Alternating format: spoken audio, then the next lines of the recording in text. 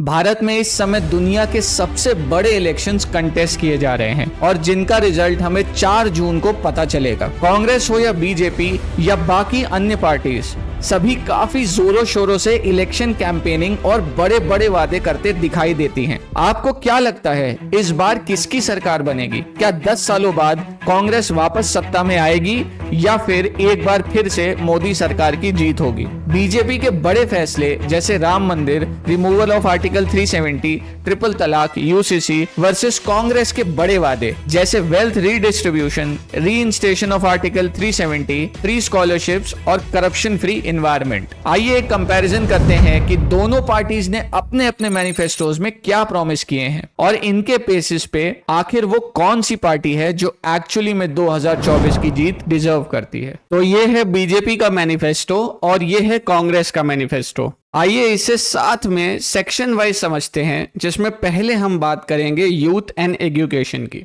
इसके बारे में जानने से पहले यह समझना जरूरी है कि आज की डेट में हमारी यूथ और एजुकेशन सिस्टम में आखिर मेजर प्रॉब्लम्स क्या क्या हैं। इसमें बात करें तो पहला पॉइंट आता है अनएम्प्लॉयमेंट का। According to India's graduate skill index published by online talent assessment company Mercer और Mettl, only 45% of India's graduate job seekers are employable. इसका मतलब है कि 55% इंडियन यूथ के पास नौकरी पाने लायक स्किल्स है ही नहीं। क्लियरली यहाँ पे स्किल अपलिफ्टमेंट प्रोग्राम्स की जरूरत है। Extremely high fees charged by private institutions due to lack of good public institutes.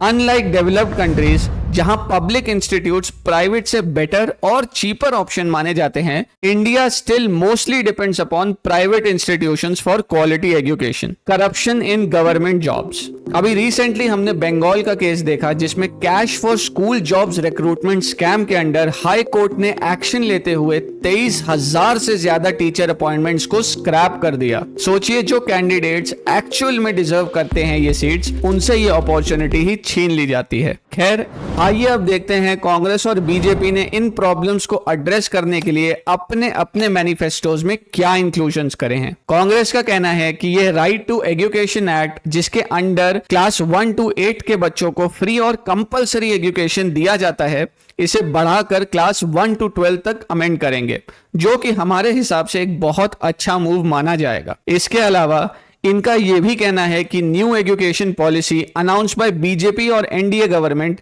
इसमें चेंजेस करेंगे, क्योंकि इसे कई एजुकेशनलिस्ट और स्टेट गवर्नमेंट्स ने अपोज किया है। बट कांग्रेस ने यह कहीं पर भी नहीं बताया कि क्या चेंजेस करेंगे। क्या वापस से अकबर द ग्रेट एम्परर और Aurangzeb the powerful ruler who gave grants to build temples जैसे झूठ हमारे बच्चों को पढ़ाए जाएंगे और हमारे एक्चुअल हीरोज जैसे महाराणा प्रताप, छत्रपति शिवाजी महाराज और मौर्यन डायनेस्टी से लेकर चोलास तक, इन सभी को हिस्ट्री बुक से गायब कर दिया जाएगा? अगर आपको इस टॉपिक पे डिटेल में जानकारी चाहिए तो ऊपर लिंक पे क्लिक करके हमारे मुगल इन्वेडर्स वाला वीडियो देख सकते हैं। इसके अलावा कई एक्सपर्ट्स का मानना है कि अगर एनईपी को प्रॉपरली इंप्लीमेंट किया जाए तो इंडियन एजुकेशन सिस्टम में ये एक रेवोल्यूशनरी पॉलिसी साबित होगी। हमें लगता है कि कांग्रेस को यह हाईलाइट करना चाहिए था कि एनईपी में आखिर कौन से ऐसे पॉइंट्स हैं जो उन्हें ठीक नहीं लगते। कांग्रेस के मैनिफेस्टो में अगर आप पॉइंट 3 और 4 को देखें, यहां पब्लिक स्कूल्स में स्पेशल फीस हटाने की बात करते हुए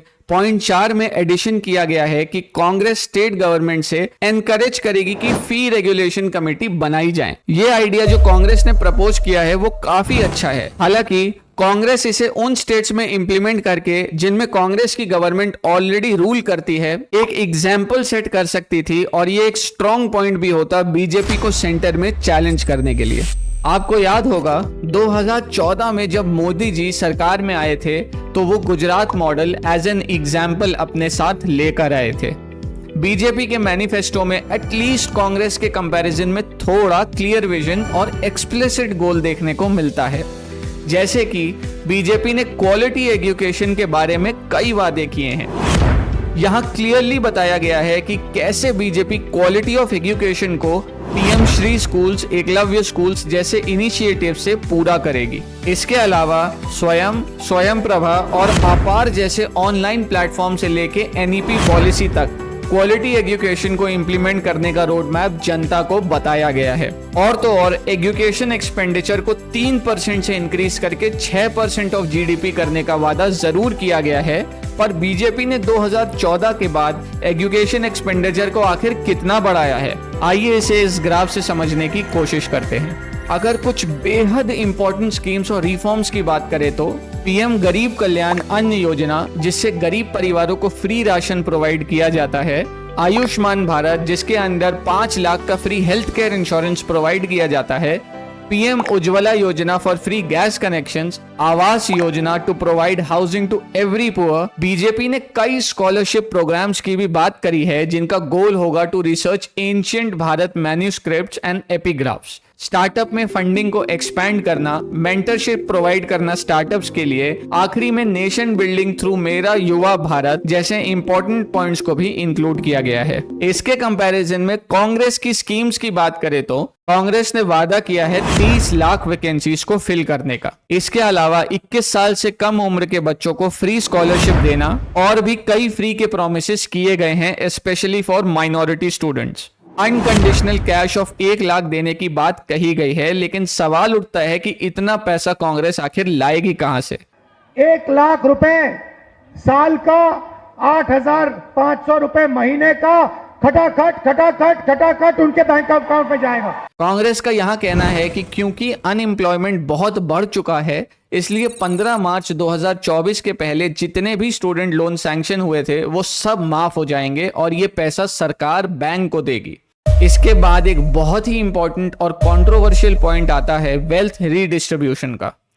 तो जाति जनगणना से पूरे देश को पता लग जाएगा कि हिंदुस्तान का धन कहां है, किसके हाथ में है, पिछड़ों के हाथ में कितना, दलितों के हाथ में कितना, गरीब जनरल कास्ट के हाथ में कितना, महिलाओं के हाथ में कितना, पूरा साफ हो जाएगा सबके सामने। उसके बाद न्यू पॉलिटिक्स शुरू होगी। उसके बाद ये स्टेज पे ऐसे कभी नहीं खड़े होंगे। अभी ये कह रहे हैं भैया मुझे नहीं मालूम, तब कहेंगे भैया मेरे 50% लोग हैं, मेरे 2% धन है, मुझे 50% धन चाहिए। सीधी सी बात होगी। इसके अकॉर्डिंग कांग्रेस का यह कहना है कि वो पूरे इंडिया में कास्ट सर्वे करवाएगी, जिससे पता चलेगा कि किस कास्ट के पास कितना पैसा है, एंड कांग्रेस इस पैसे को मेजॉरिटी से लेके माइनॉरिटीज में बांट देगी। आप सोच सकते हैं कि इसके आउटकम्स कितने डिजास्टर्स हो सकते हैं। सोचिए, हमारे बड़े बिजनेसमैन देश छोड़कर भागने लगेंगे, लोग अपनी हार्ड अर्न सेविंग से हाथ धो बैठेंगे, और तो और माइनॉरिटीज के मन में हमेशा ये बात आ जाएगी कि आखिर हमें काम करने की जरूरत ही क्या है, जब सरकार वेल्थ रीडिस्ट्रीब्यूशन के थ्रू उनके अकाउंट में ऑलरेडी पैसा दे रही है, और तो और 1 लाख रुपए उनके अकाउंट में हर साल जमा होता जा रहा है, तो वो काम ही क्यों करेंगे। जिस हिसाब से हमें कांग्रेस के वादे दिख रहे हैं, इससे तो यही लगता है मैनिफेस्टो माइनॉरिटीज के लिए ही बनाया गया है। तो आखिर इंडिया की मेजॉरिटी कांग्रेस से क्या एक्सपेक्टेशन रखेगी।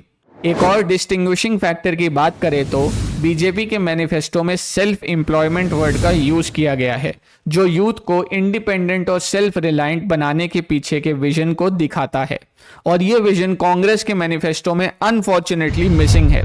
उल्टा कांग्रेस पब्लिक को सरकार पे और डिपेंडेंट बनाना चाहती है थ्रू मॉनिटरी बेनिफिट्स।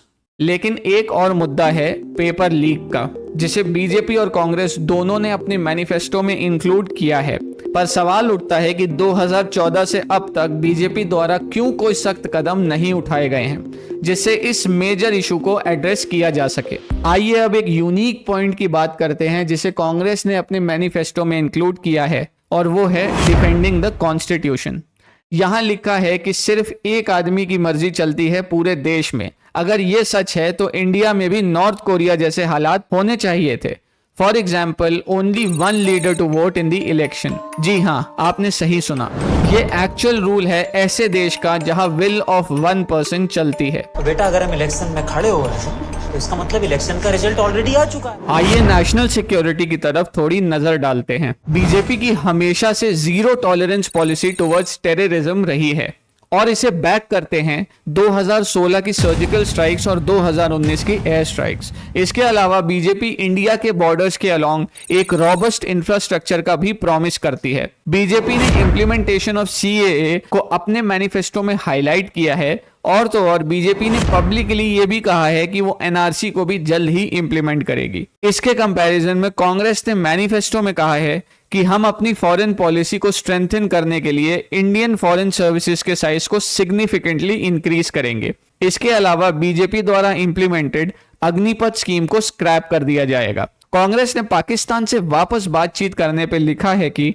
अगर पाकिस्तान क्रॉस बॉर्डर टेररिज्म को एंड कर देता है तो इंडिया और पाकिस्तान के टॉक वापस से शुरू कर दिए जाएंगे, जबकि हम सब अच्छे से जानते हैं कि ये कभी नहीं हो सकता जब तक पाकिस्तान एग्जिस्ट करता है। वैसे नेशनल सिक्योरिटी में कांग्रेस का ट्रैक रिकॉर्ड कुछ अच्छा नहीं रहा है। आपको याद होगा 26/11 के टेररिस्ट अटैक के बाद हम पाकिस्तान को डायरेक्टली जवाब भी नहीं दे पाए थे। आप चाहे जिसको भी सपोर्ट करें, पर इस बात से तो आप अग्री करेंगे कि बीजेपी की लीडरशिप के अंडर भारत की फॉरेन पॉलिसी बहुत स्ट्रांग और इंडिपेंडेंट हुई है। और तो और आज तो भारत को एक ग्लोबल मीडिएटर के रूप में भी देखा जाता है। ये नेशनल सिक्योरिटी के लिए भी बहुत जरूरी है, क्योंकि आज भारत की इंडिपेंडेंट फॉरेन पॉलिसी ही है जिसकी वजह से पाकिस्तान को हमने ग्लोबली इतना आइसोलेट कर दिया है कि आज वो सिर्फ लोन के भरोसे पर चल रहा है। एक और ऐसा इंपॉर्टेंट पॉइंट है जो कांग्रेस ने अपने मैनिफेस्टो में आज इंक्लूड जरूर किया है, लेकिन बीजेपी ने जब उसे फर्स्ट टाइम इंप्लीमेंट किया था तब कांग्रेस द्वारा उसका भरपूर मजाक बनाया गया था, और वो है मेक इन इंडिया, जिसकी वजह से आज भारत डिफेंस इंपोर्टर से एक डिफेंस एक्सपोर्टर बन चुका है, और ये एक रिमार्केबल अचीवमेंट है बीजेपी गवर्नमेंट की। इसके अलावा इंफ्रास्ट्रक्चर और इकोनॉमी जैसे सेक्टर में कई वादे जरूर किए गए हैं, पर वो कितने फ्रूटफुल होंगे वो इनके इंप्लीमेंटेशन के बाद ही पता चलेगा। बाकी आप लोगों के रेफरेंस के लिए हमने इकोनॉमी और इंफ्रास्ट्रक्चर से रिलेटेड मैनिफेस्टो पॉइंट्स लगा दिए हैं, आप चाहें तो वीडियो पॉज करके पढ़ सकते हैं। बाकी इस वीडियो में इतना ही। Thanks for your valuable time. अगर आपको वीडियो अच्छा लगा हो तो please subscribe to our channel. Thank you.